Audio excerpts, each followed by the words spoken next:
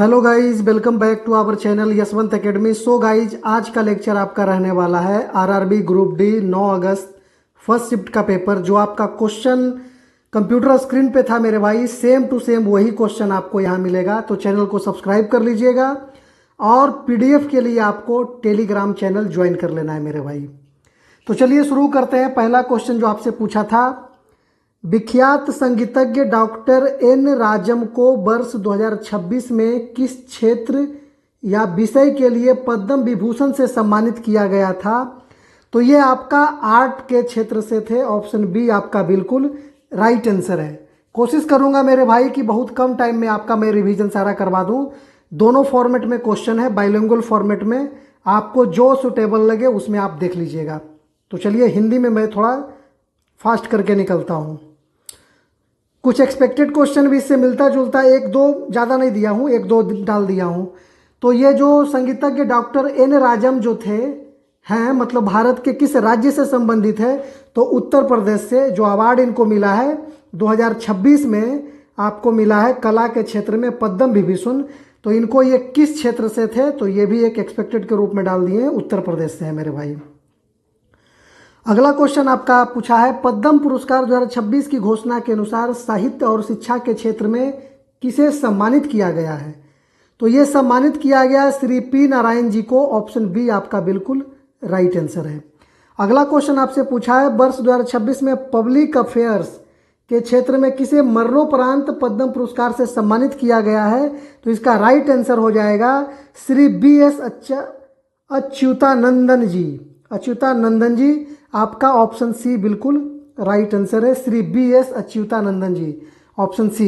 ये थोड़ा एक्सपेक्टेड में मेरे भाई। चलिए यहाँ से आप फिर आइए। आप क्वेश्चन 4 नंबर बोल रहा है, मार्च 2026 में जारी वर्ल्ड हैप्पीनेस रिपोर्ट 2026 के अनुसार किस देश ने दुनिया के सबसे खुशहाल देशों की सूची में रैंक 1 यानी शीर्ष स्थान हासिल किया है? तो यह आपका फिनलैंड है मेरे भाई। ऑप्शन सी आपका फिनलैंड बिल्कुल राइट आंसर है। पूरा का पूरा लगभग 40 क्वेश्चन है मेरे भाई, सारा का सारा क्वेश्चन मैं आपको कराऊंगा। तो चलिए 5वां क्वेश्चन की तरफ चलते हैं। वर्ल्ड हैप्पीनेस रिपोर्ट में, मतलब हैप्पीनेस रिपोर्ट से एक क्वेश्चन आया था। तो इस तरह से क्वेश्चन आया था या इसके पहले वाला क्वेश्चन आया था, आप देख लीजिएगा। तो वर्ष 2026 में शीर्ष 3 स्थानों पर रहने वाले देशों के सही क्रम क्या है? टॉप थ्री आपका हो जाएगा फिनलैंड फर्स्ट में, सेकंड में आपका आइसलैंड है और थर्ड में आपका डेनमार्क है। ऑप्शन बी बिल्कुल राइट आंसर है मेरे भाई। क्वेश्चन नंबर 6 आपसे बोला है, वर्ल्ड हैप्पीनेस रिपोर्ट 2026 के अनुसार दुनिया का सबसे कम खुशहाल देश यानी अंतिम स्थान पर कौन सा देश रहा है? तो ये अफगानिस्तान रहा है।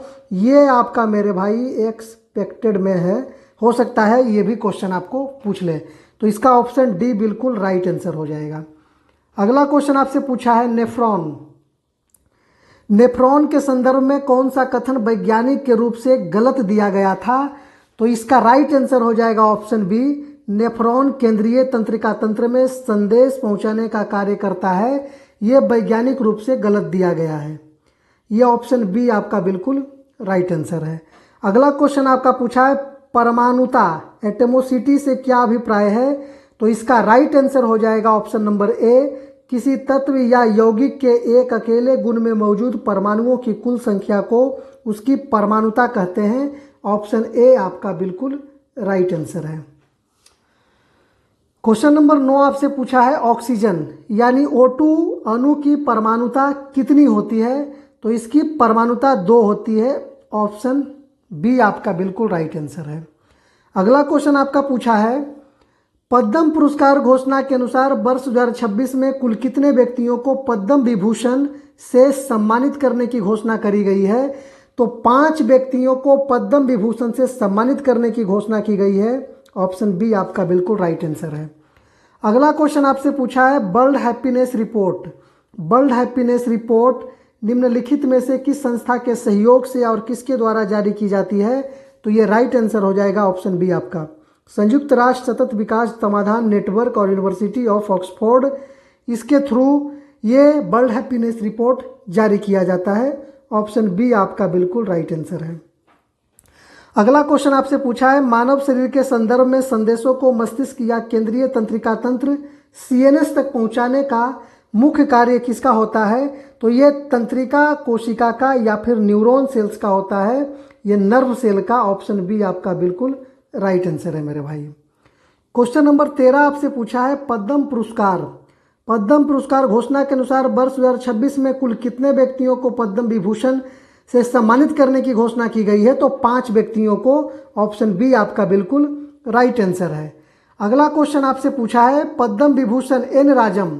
एन राजम ये उत्तर प्रदेश से हैं, ये आपका ऑप्शन सी बिल्कुल राइट आंसर है। याद रखिएगा, इनको पद्म विभूषण मिला है और एन राजम यूपी के रहने वाले हैं। चलिए, कला के क्षेत्र में इनको मिला है, कला के क्षेत्र में म्यूजिशियन है डॉक्टर एन राजम, ये भी आपको याद रखना है। क्वेश्चन नंबर 15 आपसे पूछा है पद्म पुरस्कार 2026 की घोषणा के अनुसार साहित्य और शिक्षा, ये थोड़ा रिपीट हो गया है, Shri P Narayan. 1-2 question repeat हो गया है मेरे भाई, इसके लिए सॉरी चाहता हूँ, लेकिन चलिए कोई बात नहीं। अगर रिपीट हुआ है तो आपको दिमाग में क्या हो जाएगा, एकदम पूरी तरह से फिट हो जाएगा, एकदम याद रहेगा मेरे भाई। ऑप्शन बी आपका बिल्कुल राइट आंसर है। ये भी क्वेश्चन थोड़ा रिपीट हो गया है। ऑप्शन सी आपका बिल्कुल श्री BS अच्युतानंदन जी, ऑप्शन सी आपका राइट आंसर है। चलिए, यहाँ से ऑप्शन आपका बी हो जाएगा। फिनलैंड फर्स्ट रैंक पर, सेकेंड रैंक पे आइसलैंड है, थर्ड रैंक पे डेनमार्क, और सबसे लास्ट रैंक में है, सबसे लास्ट रैंक में आपका ये अफगानिस्तान है। सबसे कम खुशहाल अंतिम स्थान है, लास्ट रैंक में है। चलिए, नेफ्रॉन का कार्य होता है। नेफ्रॉन के संदर्भ में कौन सा कथन वैज्ञानिक रूप से गलत दिया गया है? तो नेफ्रॉन केंद्रीय तंत्रिका तंत्र में संदेश पहुंचाने का कार्य करता है। कुछ क्वेश्चन थोड़ा सा रिपीट टाइपिंग हो गया है मेरे भाई। अब यहाँ से आइए, CNS वाला ये भी हो गया है, तंत्रिका कोशिका न्यूरॉन। नेफ्रॉन वाला भी हो गया है, थोड़ा सा 2 बार मतलब कि ना रिपीट कॉपी हो गया था, थोड़ा तीनों शिफ्ट का बनाने में थोड़ा टाइम लग गया था, इसमें कॉपी हो गया था। परमाणुता से क्या अभिप्राय है या परमाणुता क्या होती है? परमाणुता से क्या अभिप्राय है या परमाणुता क्या होती है? तो इसका राइट आंसर ऑप्शन ए है। किसी तत्व या यौगिक के एक अकेले अणु में मौजूद परमाणुओं की कुल संख्या को उसकी परमाणुता कहते हैं। ऑप्शन ए आपका बिल्कुल राइट आंसर है मेरे भाई। अगला क्वेश्चन आपसे पूछा है ऑक्सीजन यानी O2 अणु की परमाणुता कितनी होती है और क्यों?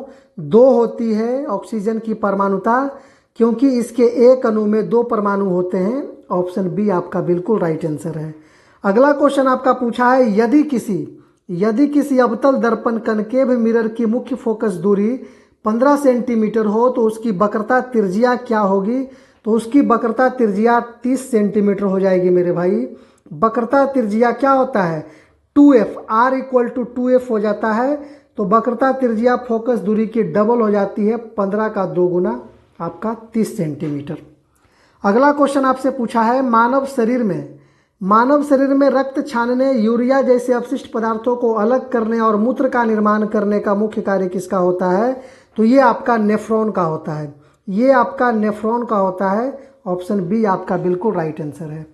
अगला क्वेश्चन आपसे पूछा है जिप्सम को किस तापमान पर गर्म करने पर वह प्लास्टर ऑफ पेरिस यानी POP में बदल जाता है? तो 100 डिग्री सेंटीग्रेड या 373 केल्विन पे गर्म करने पे ये जिप्सम आपका प्लास्टर ऑफ पेरिस में बदल जाता है। ऑप्शन ए आपका बिल्कुल राइट आंसर है।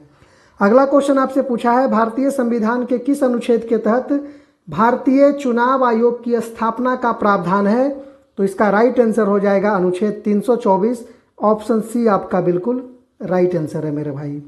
अगला क्वेश्चन आपसे पूछा है मानव शरीर में भोजन का पूर्ण पाचन कंप्लीट डाइजेशन आहार नाल के किस भाग में होता है? In which part of the alimentary canal does the complete digestion of food take place in the human body?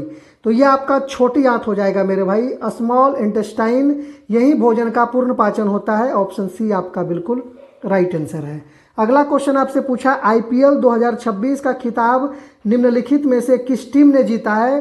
तो ये आपका कोलकाता नाइट राइडर्स ने जीता है। ऑप्शन बी आपका बिल्कुल राइट आंसर हो जाएगा मेरे भाई।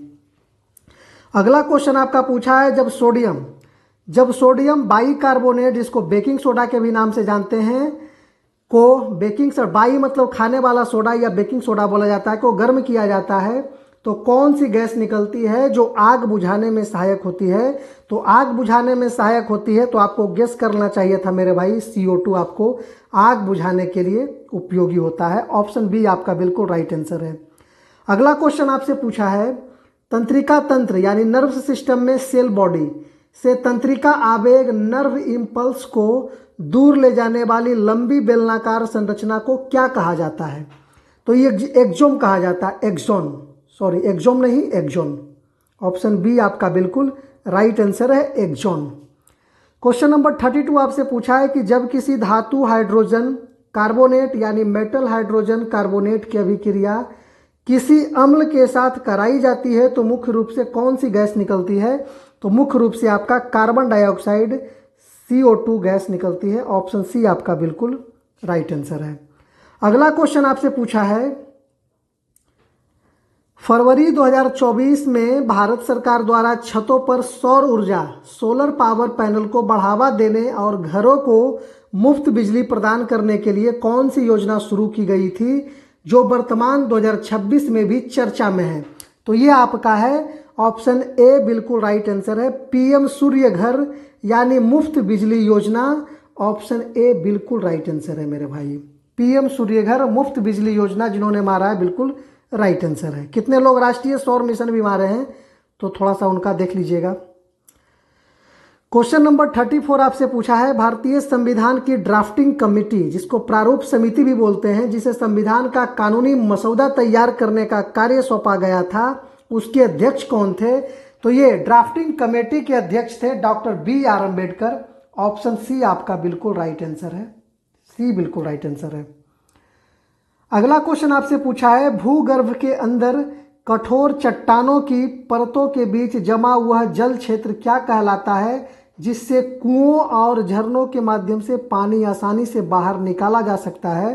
तो इसका राइट आंसर हो जाएगा जलभृत, एक्यूफायर बोला जाता है, जलभृत या एक्यूफायर। ऑप्शन बी आपका बिल्कुल राइट आंसर है। क्वेश्चन नंबर 36 आपसे बोला है कि यदि किसी वस्तु पर लगाया गया बल उसकी गति की दिशा में बिल्कुल विपरीत दिशा में कार्य कर रहा है तो घर्षण बल फ्रिक्शनल फोर्स द्वारा किया गया कार्य कैसा होगा? यदि किसी वस्तु पर लगाया गया बल उसकी गति की दिशा के बिल्कुल विपरीत कार्य कर रहा है तो घर्षण बल द्वारा किया गया कार्य कैसा होगा? तो इसका राइट आंसर मेरे भाई ऑप्शन बी हो जाएगा, ऋणात्मक हो जाएगा, क्योंकि जब बल और विस्थापन के बीच 180 डिग्री का कोण बनता है तो कार्य हो जाता है ऋणात्मक, निगेटिव हो जाएगा। ऑप्शन बी आपका बिल्कुल राइट आंसर है। अगला क्वेश्चन आपसे पूछा है 37, PC महालनोबिस मॉडल पर आधारित भारत की कौन सी पंचवर्षीय योजना जिसमें भारी उद्योगों के विकास पर विशेष बल दिया गया था? तो ये आपका है दूसरी पंचवर्षीय योजना, second 5th year plan. Option B आपका बिल्कुल राइट आंसर है। अगला क्वेश्चन आपसे पूछा है, अगर पंचवर्षीय योजना आपको पूरा चाहिए मेरे भाई तो एक मात्र 10 मिनट का एक वीडियो है, प्ले लिस्ट में जाकर के देख लीजिएगा आप, उसको आप चाहें तो पूरी तरह से देख सकते हैं। इतना अच्छा वे में बताया गया है कि शानदार तरीका से टोटल का टोटल बताया गया। 5th ईयर प्लान मेरे भाई, 5th ईयर प्लान कब से कब तक चला, उस समय कौन कौन सा कंपनी आया, कौन कौन सा फैक्ट्री का स्थापना हुआ, कितना % GDP बढ़ा घटा, विकास दर क्या रहा, सारा कुछ आपका 10 से 15 मिनट का वो वीडियो है, आप चाहें तो वहां जाके देख सकते हैं। चलिए अगला क्वेश्चन आपका है 38, क्वेश्चन नंबर 38, लोहे या धातुओं को जंग से बचाने के लिए उन पर जस्ते की एक पतली परत चढ़ाने की प्रक्रिया को क्या कहा जाता है? तो उसको गैल्वेनाइजेशन या यसद लेपन कहा जाता है। ऑप्शन बी आपका बिल्कुल राइट आंसर है। क्वेश्चन नंबर 39 आपसे पूछा है, हाल ही में आयोजित हुए 9वें एशियाई शीतकालीन खेल 9th एशियन विंटर गेम्स की पदक तालिकाओं में कौन सा देश शीर्ष स्थान पर रहा है? तो ये आपका चाइना शीर्ष स्थान पर रहा है मेरे भाई। कमेंट में आपको बताना है कि इंडिया का कैवा स्थान रहा है, अपना इंडिया का कैवा स्थान रहा है, आपको कमेंट सेक्शन में बताना है। चलिए अगला क्वेश्चन की तरफ चलते हैं। अगला क्वेश्चन आपसे पूछा है, वर्ष 1852 में महिलाओं के अधिकारों और सामाजिक सुधारों के लिए महिला सेवा मंडल की स्थापना निम्नलिखित में से किसने की थी? Who among the following founded the Mahila Seva Mandal in the year 1852 for women's right and social reforms. तो ये सावित्री बाई फूले ने महिला के अधिकारों और सामाजिक सुधारों के लिए महिला सेवा मंडली की स्थापना 1852 में करी थी मेरे भाई। ऑप्शन सी आपका बिल्कुल राइट आंसर है। तो चलिए 40 क्वेश्चन लगभग कुछ रिपीट है, तो आपका 32-33 क्वेश्चन मैं एक्चुअल में दे पाया हूँ मेरे भाई। तो चलिए पीडीएफ आप जरूर, पीडीएफ चाहिए तो आपको पीडीएफ में टेलीग्राम चैनल ज्वाइन कर लीजिएगा। फिर आपको मिलते हैं अगले लेक्चर में। धन्यवाद। जय हिंद, जय भारत।